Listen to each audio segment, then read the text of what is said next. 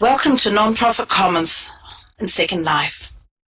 Nonprofit Commons is sponsored by TechSoup Global. I am Julie Trelise, and I work here for Community Networks Aotearoa. A quick word about Community Networks Aotearoa. We're a national organisation based in Wellington, New Zealand, and our membership are nonprofit networking organisations throughout New Zealand based in regions. I'm meeting with Rhiannon, who works for TechSoup Global. Then we'll talk to Gentle, and she works for Virtual Ability Inc., a USA nonprofit working with people in the virtual world with disabilities. And finally, I want you to meet my country woman, Brian Mel. She's a New Zealander living in Auckland. Brian Mel is a senior lecturer of Foundation Studies with the Manukau Institute of Technology.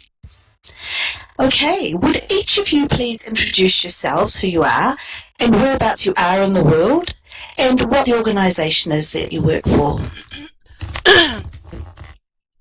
So I guess I'll Start start with it. you. Sure, I guess I'll start it off. So in Second Life, my avatar's name is Rhiannon Chatnoir, as you guys can sort of see above my head. And in real life, I am Joyce Betancourt. I'm actually located in the east coast of the United States of America, and I work as a contractor for TechSoup Global, managing their nonprofit commons community. So basically the virtual environment in the community that you see around you here is our kind of community of nonprofits that TechSoup set up, and I help manage that along with the mentors that we have here. So. Okay, Gentle, who you are, where you are, what you do. Sure. I'm Alice Krieger. I'm a former educator and an educational researcher in the physical world, and here in Second Life, I am Gentle Heron. I'm the head of the Virtual Ability community here in Second Life, and I'm also head of the Virtual Ability Inc. nonprofit that funds the work of our Virtual Ability community in virtual worlds. That's it for me. You, Briar. Hi, my name is Mel Hearns in the real life. Here in Second Life, I'm Brian Mel Quintessa. I have been in Second Life since 2009, and as Julie's already mentioned, I teach at a foundation level, which is bridging or enabling education. Thank you. Okay. Thank you so much, and thank you for making time to be here. Now, let's talk a bit about, more in depth, what you all do. Perhaps starting with Rhiannon, could you talk a little bit about TechSoup and what TechSoup achieves here? Sure. So I'm sure some of you are familiar with TechSoup Global, as we've already mentioned a couple times, techsoupglobal.org if you're not. It's a hub of resources and discounted tech and software donations for nonprofits. So it is a nonprofit that actually helps with resources and to other nonprofits. So and they're global, so they have various divisions around the world, as Julie pointed out. So well, in early of 2006, TechSoup began exploring Second Life and investigating the many ways it could be used for nonprofits to utilize within this unique environment, and exploring other emerging technologies too. So by June of that year, TechSoup began having regular meetings here, led by Susan Tenby, who's known in world as Glitteractica Cookie, that her avatar is known as. And that's when the nonprofit Commons was born. And it was designed to create a community of practice for nonprofits to explore and share best practices and learn within the virtual world. We moved into these virtual regions that you see around you by the following year, and began offering virtual office space for nonprofits into qualifying groups and around the world. So we have people around the world who have offices here, various nonprofits, with a goal of creating a cooperative learning environment that fosters outreach and education and fundraising and within this virtual space. And through the years, we've also held events focused on things like digital storytelling and various competitions and workshops, hundreds of live presentations like we're doing here by experts in the nonprofit technology, health, research, social, new media sphere, also like crossovers with librarians and educators. And we also have a strong mentors group that offers peer-to-peer support for other community members, whether that be questions, tech guidance, or hand-holding. So, and again, the Nonprofit Commons in Second Life is a program sponsored by Caravan Studios, which is an in-house division of TechSoup Global. They've kind of evolved into being the direct sponsors of Nonprofit Commons. So that's kind of it in a nutshell.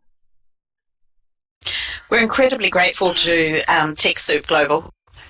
It's made the opportunity, I don't know how many non-profits are here, but it's made the opportunity for an awful lot of non-profits in an international state to meet and work together. Thank you. You're welcome. Yep. I mean, we've had hundreds over the years, so the current numbers, obviously they ebb and flow.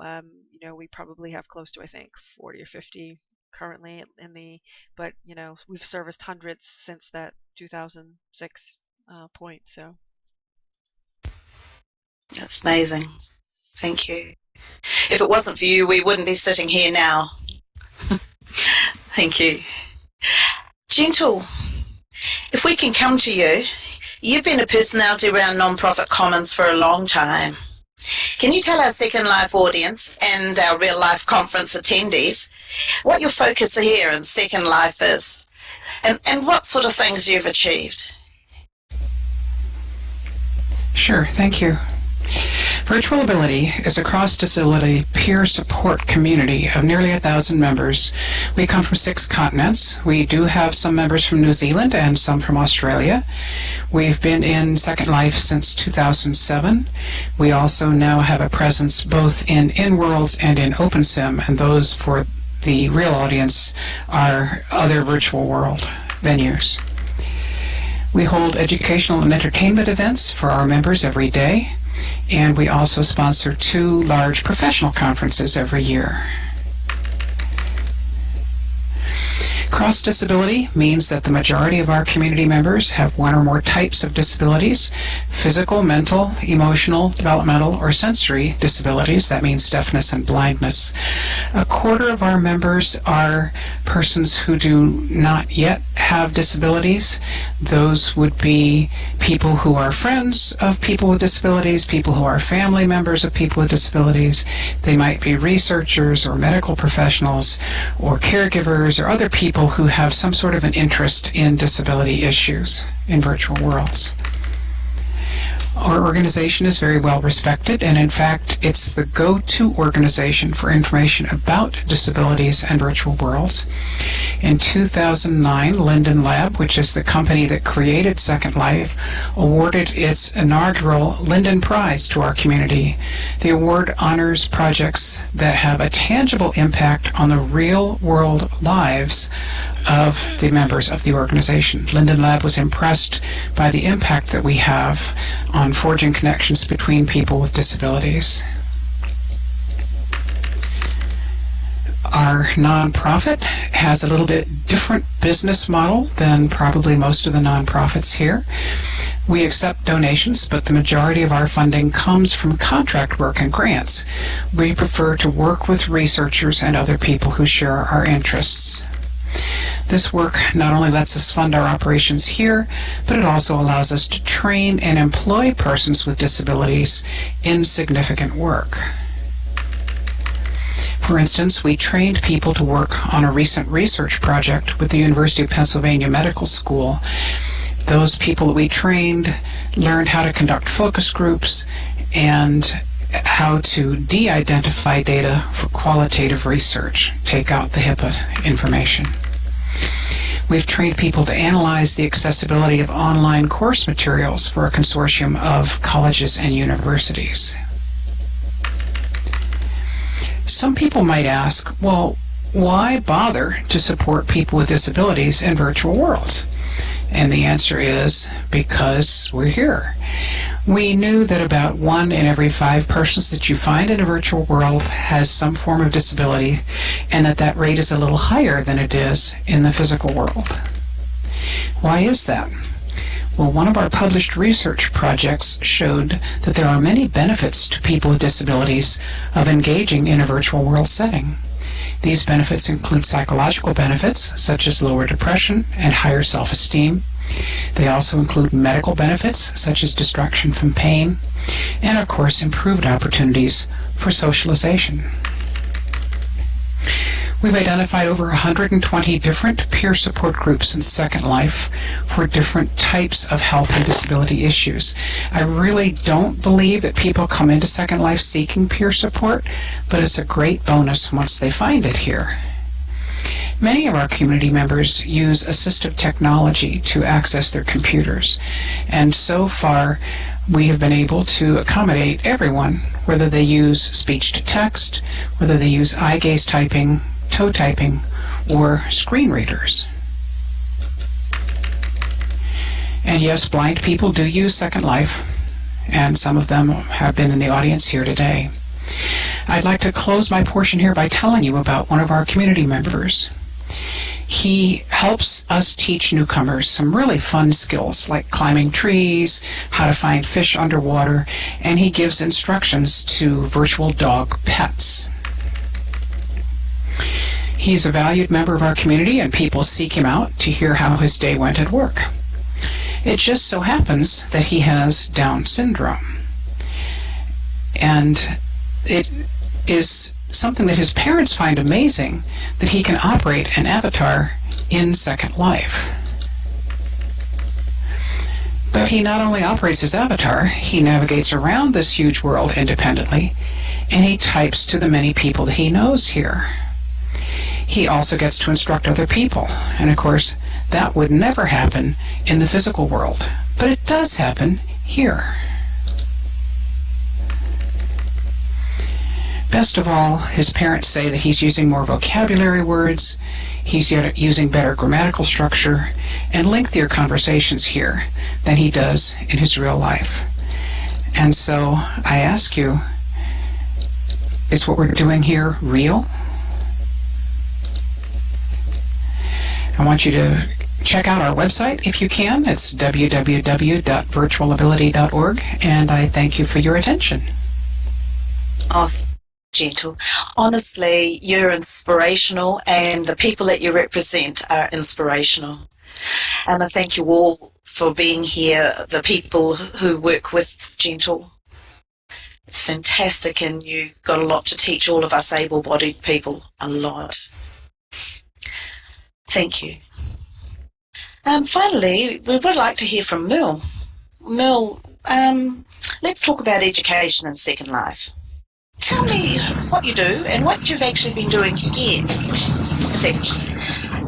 Sure. I started in Second Life actually against my will. I wasn't very keen on the idea.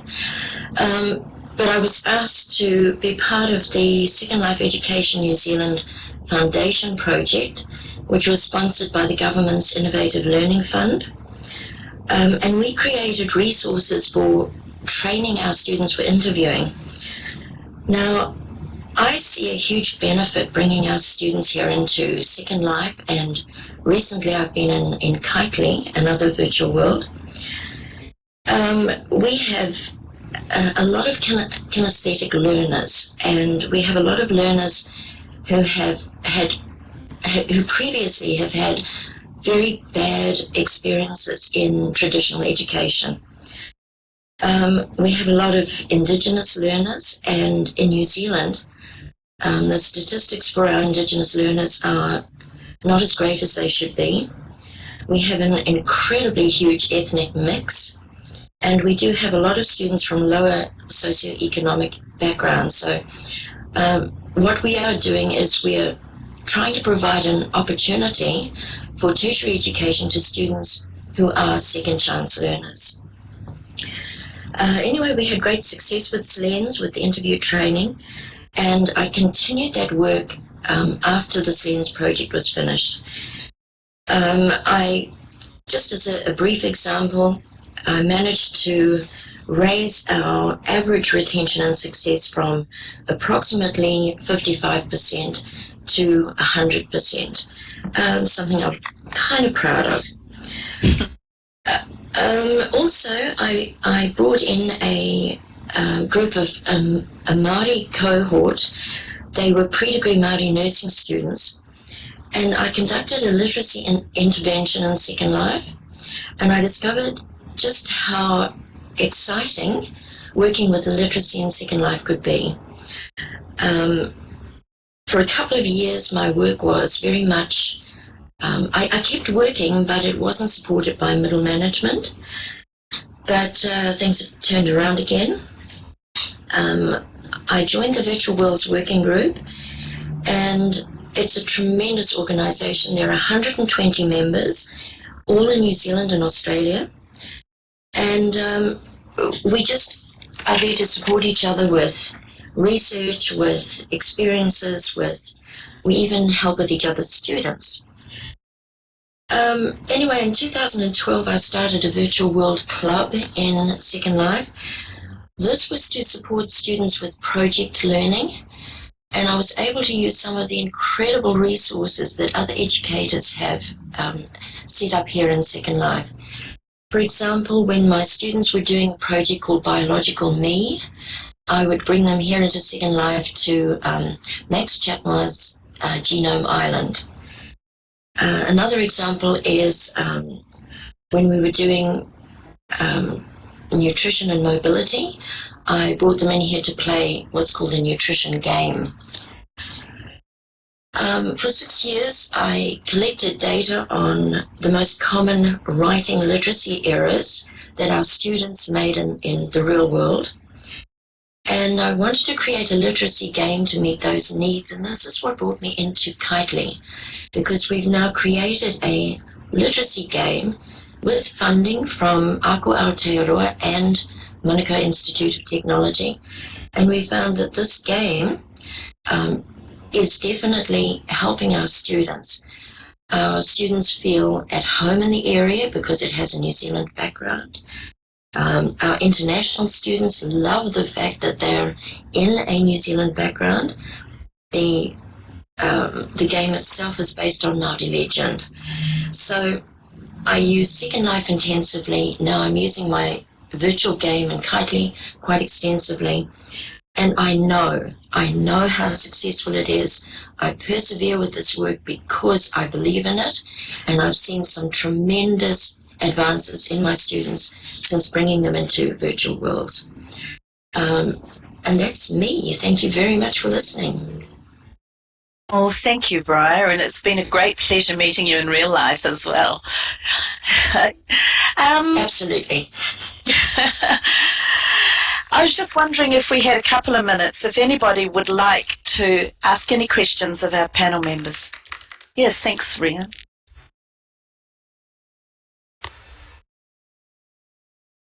Of my work?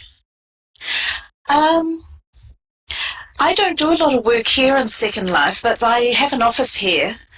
As I run what's called either an umbrella or a peak body, which is a national representative body, it enables me to meet people from all around the world who are doing similar stuff.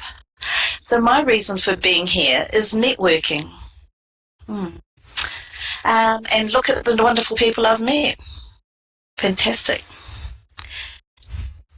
Yes, does anybody have any questions of the panel members? And thank you, Gentle. Appreciate it.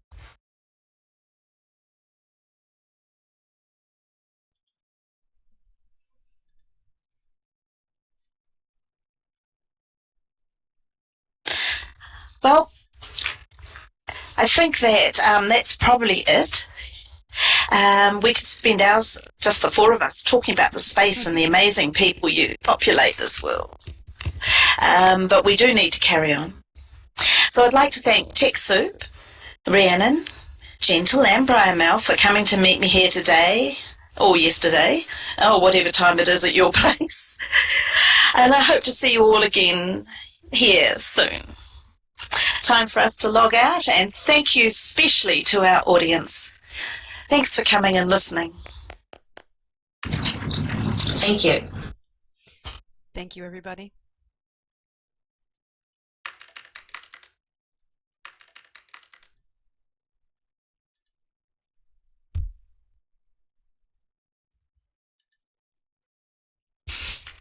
Isn't it amazing just what goes on here in this world? Just amazes me. Yeah, I agree with you 100%. Yes, certainly. So tell me a little bit more about that Virtual Worlds Working Group. Okay, the Virtual Worlds Working Group is, as I said, a group of educators all working in tertiary institutions in Australia and New Zealand. Here in New Zealand, I head up the New Zealand contingent, in as much as I put together their work for presentations such as at Escalite. And I know there are 11 different institutions here in New Zealand working in virtual worlds. I think the work is just remarkable. Every single thing, every single project I've been involved in has had a huge amount of success. It's been dramatic.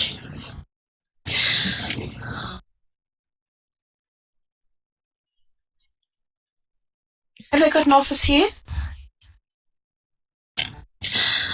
No, we don't, but it sounds like a really good idea. Certainly that would be great. I mean, I think obviously, one of the problems about a virtual world, obviously, or anything online, is that we're all in various time zones, so it can be problematic connecting things with, folks in the U.S. and folks in Australia, New Zealand, just because of the differences in time zones. But certainly I know that you can grab an office here and then sort of jump from here for the resources that we offer. I mean, right now we host a weekly meeting, and that's on the Friday mornings at 8:30 a.m. Pacific time. So, but Roz and myself were even chatting about, like, how is there a way to broaden out some sort of event, even if it's a networking or otherwise, that's at a time that would be friendly or for other parts of the world. So something to think about in that way too, that Yeah. Well, there's another way to think about the different time zones, and that was one that I thought of with the wonderful midwifery instructional area that you had on Slents, because you in your time zone could use that for your students in your time zone, and then somebody in the U.S. could share that same resource and use it for their students that in a time zone that's appropriate for them, and vice versa. So those of us who could partner with a partner on the opposite side of the earth could use one site for both sets of students. We actually have done that in the past, yeah. And the other thing, of course, that beautiful, lovely Julie here helped me with was I had an assessment for my students just last week, and I had assessors come in from Melbourne in Australia, from Perth in Australia, from Wellington, thank you, from Georgia. Yep, from Georgia in the United States, and I had one from Arizona in the United States. So there is a lot of collegial support in education here. Yep, certainly. I think that's a big advantage, that normally you think about what your physical networks might be, but that this paradigm completely breaks that, but still allows you to collaborate in a very in-depth way, even if you're not in the same location. So one of the things that I'd really like to see is you have these fabulous meetings where everybody gets together, and it's at 4 a.m. in my time. And if there were enough of us in the other time zones, maybe we could have other meeting times where we can share with each other. I just never get to those meetings. 4 a.m., it's not my stuff. I mean, again, I hear you, sister. Again, to Gentle's point, certainly the spaces here, the offices are here, all those resources are here, and then it's just a matter of like having a kind of a broader community where maybe there are some things that are at certain times. I obviously we're meeting now, and this is probably a good time where it's hitting the end of some of our days, on our side of the world, and then the beginning of your day on your side of things. So, maybe even some events around now that would, could be crossovers. I think you could use Polaris in answer to your question. You could possibly use the time zones to your advantage, but it's finding what kind of advantage. Because one of the reasons I like being here is actually the international connections. And if most of the people are in the Northern Hemisphere, my international connections have to happen at really ridiculous hours, which I'm, in my advanced state of age, simply can't find easy.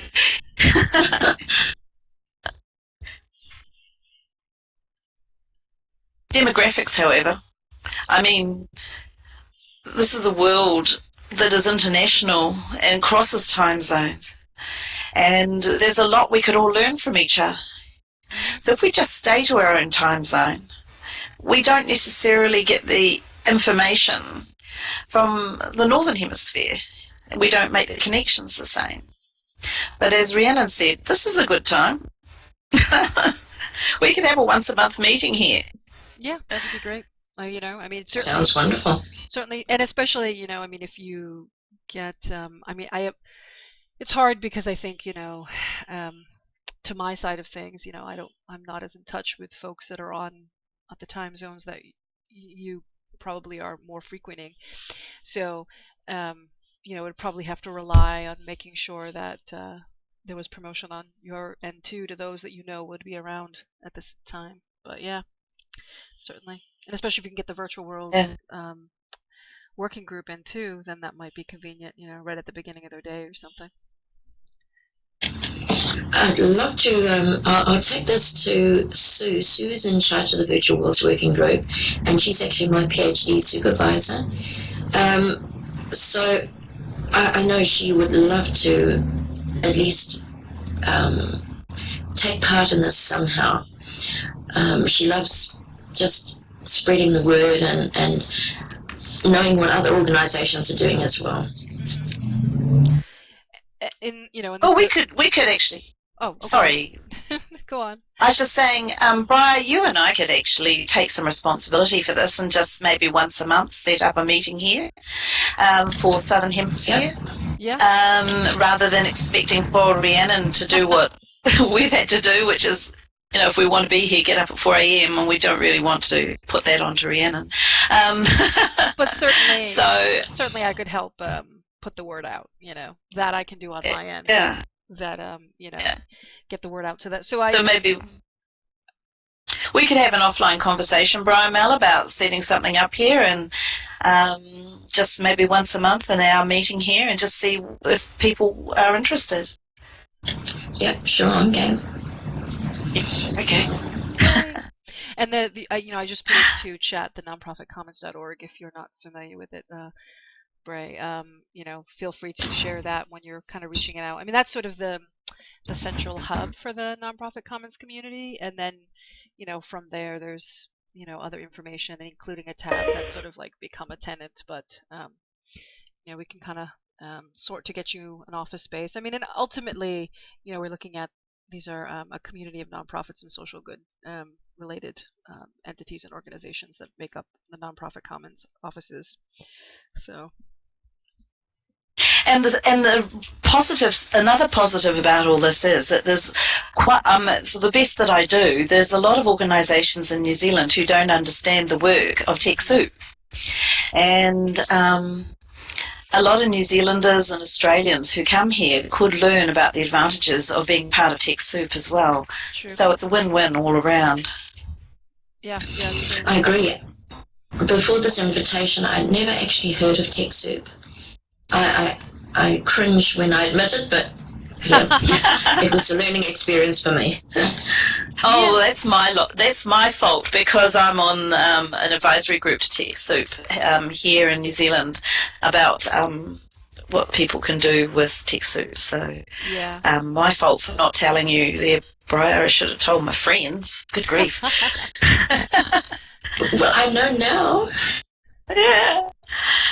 Yeah, I think definitely, And I didn't. Gentle's typing out that lots of nonprofits in the U.S. don't know about it as well, and libraries. But, I mean, yes, getting the word out, I think, is good in general because, um, there's a, kind of the U.S. main contingency, the TechSoup Global is actually out of main offices out of San Francisco. But as Roz was saying, that there are, kind of subgroups of around the world, I know New Zealand and Poland and and all the various places, and that there's variations. I mean, they all kind of offer collective resources, and they kind of vary between place to place on say some of the software resources due to probably licensing and other things that they have to work with, but um, lots of ability to be able to get discounted softwares and hardware, and then lots and lots of resources on how to, kind of like practical kind of support building related stuff for nonprofits and librarians and other folks like that on, tech tools and tips and how-tos, and, so it's very useful. Sounds brilliant. They're fantastic. And Rhiannon says discounted. Or free. Here in New Zealand, you can get a lot of stuff that you would be paying a lot of money for free through TechSoup. A lot of hardware, software, and I can tell you personally that their webinars and their training on really basic IT are fantastic. My PA went through an entire course on using MailChimp, which is how we put out all our newsletters, and learned so much stuff she didn't know. So it's training as well, which actually ties in quite nicely with you, Briar. It's teaching people. I'm finding this very exciting because I love nothing more than playing with new little technical gadgets and programs and learning something new. I get all excited. Well, I will send you a whole lot of information about Connecting Up, which is the Australasian form of TechSoup Global. And I'll actually talk to you quite a lot because I do give the Connecting Up team over in Adelaide a huge amount of information about what New Zealand not-for-profits, what their needs are as far as the IT world goes. So we could have a chat about what your anytime.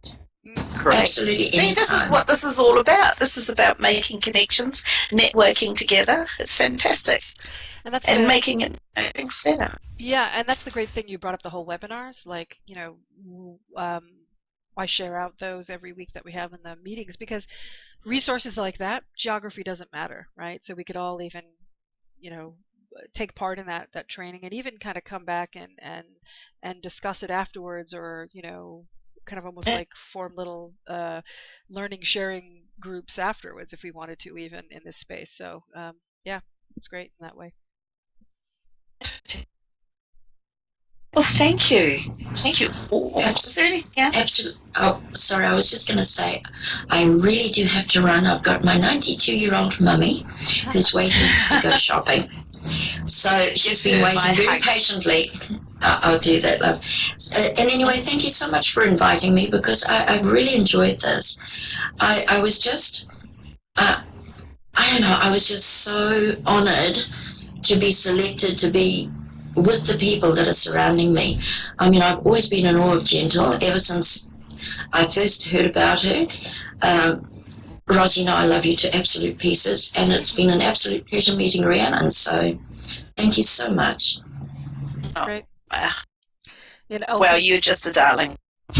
Yeah, it was good to meet you too as well. And I mean, and ultimately, I think and this comes into why Nonprofit Commons even is the way it is. But ultimately, I think all of us believe that Second Life is a great place. Not just for the entertainment, which is also good, but also to educate and inspire and work together, and we get to assist our fellow avatars and the humans behind them, right? So I think it's a great environment to facilitate and work on all these things. So. Wonderful. You're so right, Gentle. Okay, I just wanted to say goodbye before I disappear into the ether. Okay, bye everyone. Thank you so much. Thank you. Take care. So I'm just wondering if there's anybody out in the audience who's still with us or has just been listening to it. Bye, gentle. Who has anything extra they'd like to say before we all disappear?